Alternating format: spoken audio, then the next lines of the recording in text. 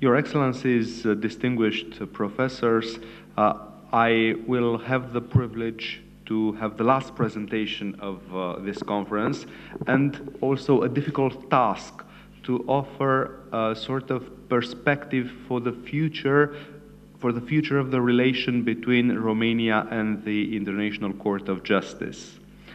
And I will propose to go back in time to the 1927 advisory opinion, which has been presented by our colleague Alina Miron. And we noted that the opinion of the court was not consistent with the position of Romania before the court. However, I noted that the opinion had a very important consequence. It ended a dispute between Romania and the powers, a dispute which has lasted for at least 40 years, practically after 1883, when the London Conference had not implied the participation of Romania. Thus, it is no surprise that less than 3 years after the advisory opinion of 1927, more exactly on the 8th of October 1930, Romania submitted a declaration for the acceptance of the compulsory jurisdiction of the Permanent Court of International Justice in accordance with Article 36, paragraph 2 of the Statute of the Permanent Court, which was almost similar to the existing Article 36, paragraph 2. And I will just read that declaration.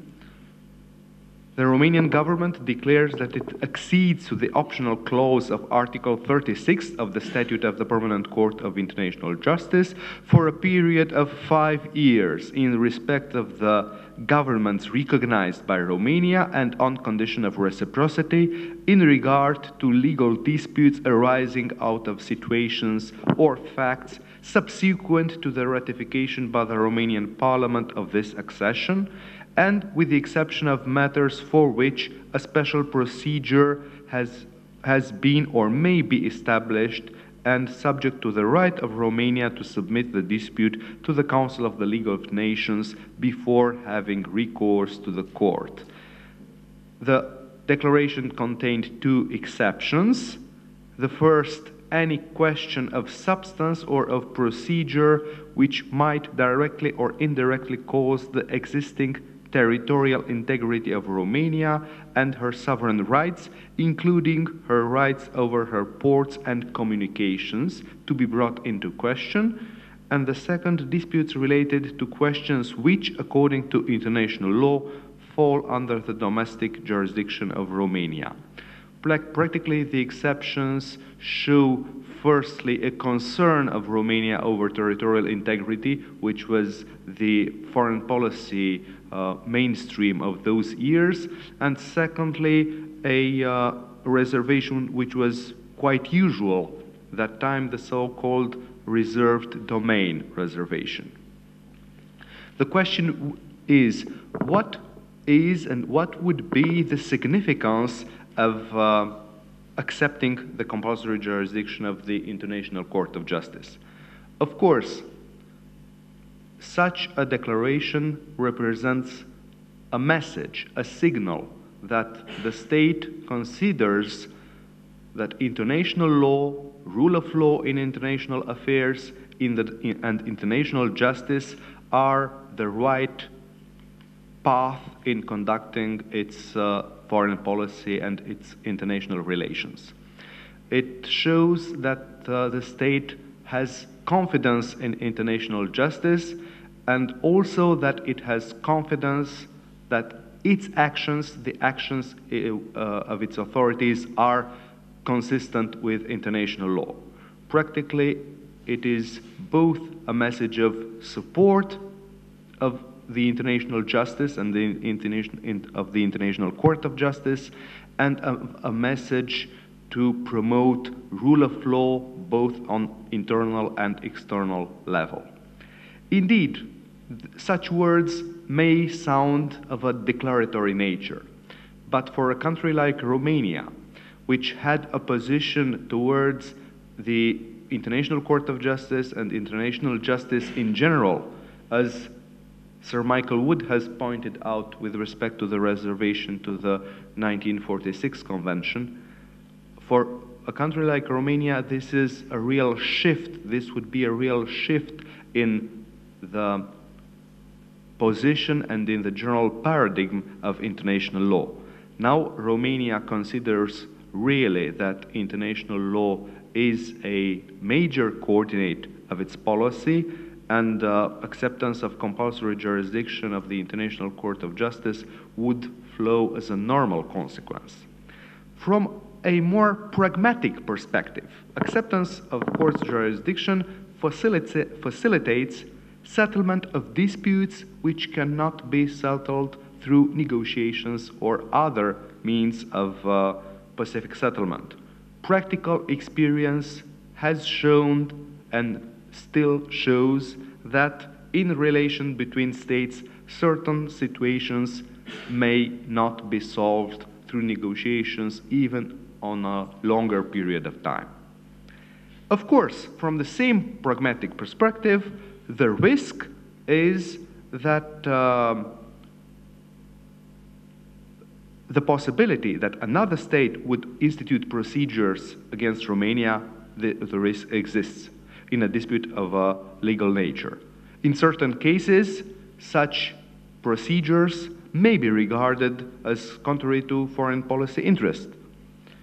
However, from the legal point of view, general practice of declarations accepting compulsory jurisdiction of the International Court of Justice shows that states anticipate possible sensible fields and submit their declarations to reservations or limitations, as President Tomka liked to call them. Therefore, it is useful to see the best balance between recognizing the compulsory jurisdiction and inserting certain reservations. In order to determine this best option, the debate has taken place, which the Minister of Foreign Affairs has presented during his speech this morning, and which has started exactly 1 year ago on the occasion of the 4th anniversary of the maritime delimitation in the Black Sea. However, in order to examine the possible reservations, it is very useful to know some cases, to point out some cases in the jurisprudence of the International Court of Justice.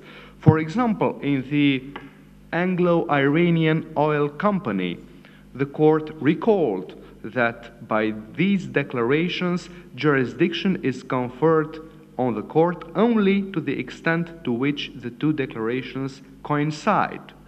The court interpreted the Iranian declaration, which referred to any disputes arising after the ratification of the present declaration with regard to situations or facts relating directly or indirectly to the application of treaties or conventions accepted by Persia and subsequent to the ratification of this declaration.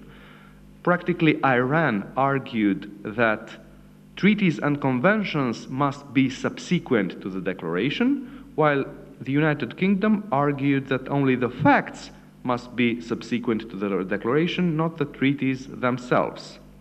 The court admitted that even if the UK position is closer to the grammatical interpretation, the court must seek the interpretation which is in harmony with a natural and reasonable way of reading the text. And finally, the court upheld the Iranian position, interpreting the declaration not as a treaty, but as an unilateral act, and noting that Iran showed a particular degree of caution when drafting the text. Another very interesting case was the Norwegian loans France versus Norway of 1957, where the so-called reserved domain reservation was interpreted. Practically, the court confirmed the reciprocal application of a reservation and interpreted the French reservation, which was drafted differences relating to matters which are essentially within the national jurisdiction as understood by the government of the French Republic. And this phrase, as understood by the government of the French Republic, applied by reciprocity to Norway, was decisive in framing the decision of the court. Indeed, the first objection of Norway dealt with the fact that the subject matter of the case itself, some bonds, were not a dispute subject to international law, but the court gave its decision on the second objection based on the reservation. A very interesting case was retained in two cases: the right of passage through Indian territory and Cameroon-Nigeria land and maritime boundary case. In both cases, the respondent argued that the application was filled before the Secretary General could send to all parties, to all states, the declaration accepting the compulsory jurisdiction. For example, in Cameroon-Nigeria, Cameroon filled the application 2 weeks after depositing the declaration, and the Secretary General circulated the declaration 11 months after its deposit. However, the court noted that from the first day when the declaration is submitted, a consensual link is created between the states that entails no other further requirements. In response to this situation, countries like India and UK, Bulgaria, Hungary submit a so-called time limit reservation, which I will refer to later. Finally, in the fisheries jurisdiction case, Spain versus Canada, it was the court to interpret the reservation, not allowing the applicant state to try to find a way around the reservation by formulating the application. The court ruled that it cannot be restricted to the terms of the application alone. Therefore, why is it important to see the perspective of these cases? In order to know what kind of situations states may encounter when submitting declarations accepting the compulsory jurisdiction. After the debate was closed with the visit of President Tomka, in the legal department we have drafted a declaration which was subject to public consultations between October and December 2013, and I will kindly ask the colleagues to plot it on the screen. Indeed, the writing is very, very small, but I will try to underline the most important features. First of all, the declaration is expressly non-retroactive, meaning that it refers to all legal disputes related to facts and situations arising after this declaration is made. We are aware that the court dealt with such situations, for example, in the legality of use of force or in the interhandle case. Similarly, with the declaration made in 1930, it shall be valid for 5 years. Naturally, Romania has the right to extend, withdraw, or modify the declaration. But in order to address any concerns, even if redundant, an explicit mention was inserted in this sense. Thirdly, we have opted for I wouldn't say consistent set of limitations, but a set of limitations or reservation that has resulted from interinstitutional discussions. Following the Indian limitation after the right of passage through Indian territory, we have excluded any dispute with any state which has accepted compulsory jurisdiction less than 12 months prior to filling an application, or where such acceptance has been made only for the purpose of a particular dispute. It is similar to the Indian reservation and to the ones made by Bulgaria, Hungary, or the UK. Secondly, we have excluded disputes concerning the environment in a similar manner with the reservations made by countries like Slovakia or Poland. Thirdly, following consultations with relevant authorities, reservations have been included in the general field of, I would say, military issues. Practically, reservations cover facts or situation of hostilities, war, armed conflict, individual or collective actions taken in self-defense, or the discharge of any functions pursuant to any resolution or recommendation of the UN, deployment of Romanian armed forces abroad, and the use for military purposes of the territory of Romania. Fourthly, in, I would say, normal, natural manner, any dispute in regard to which parties have agreed or shall agree to have recourse to another method of peaceful settlement shall be excluded. Why am I saying that this is more or less natural? Because, for example, Article 344 of the Treaty on the Functioning of the European Union and Article 55 of the European Convention of Human Rights prohibits states from submitting to other means of peaceful settlements issues concerning those legal instruments, the constitutive treaties of the EU and the European Convention for Human Rights. We did not propose in the first draft the so-called reserved domain limitation. However, following consultation with different institutions, we do not exclude the possibility to include the reserved domain limitation in the version that has been included in 1930, meaning that issues which fall under the exclusive competence of Romania as in accordance with international law shall be included. The decision to make this declaration shall be an important one, and similarly to the 1930 declaration, it shall belong to the Parliament. Of course, looking from a pragmatic perspective, advantages and disadvantages exist, but I'm very confident that it shall be a strong message towards reinforcing rule of law at all levels.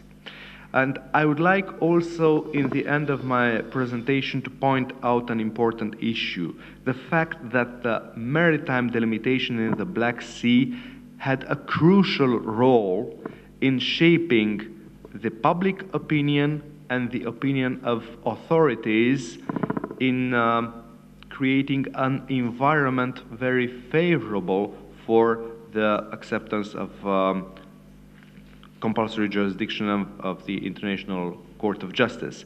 And I'm highly confident that on the long term, this démarche shall be beneficial both for Romania and for the promotion of international justice.